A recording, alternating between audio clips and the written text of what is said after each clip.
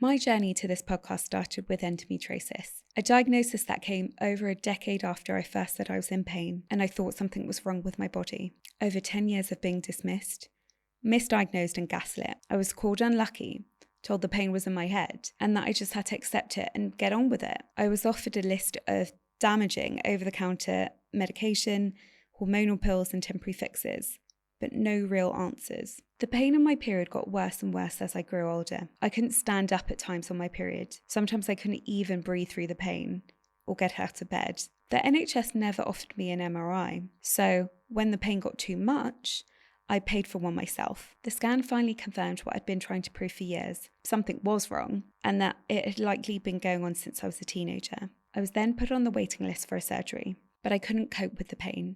I couldn't wait any longer. I ended up going private and paying for my surgery just to be able to function again. I know that this is extreme privilege and I don't take it for granted for a second. Like so many women, I learned to shrink my symptoms, to mask the pain, to survive in silence. But the silence left a mark, but it also lit a fire.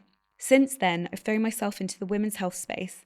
I've researched, connected, and listened to story after story that made me emotional, made me angry, but it also made me determined to do more. Because what I've learned is, it's not just about endometriosis.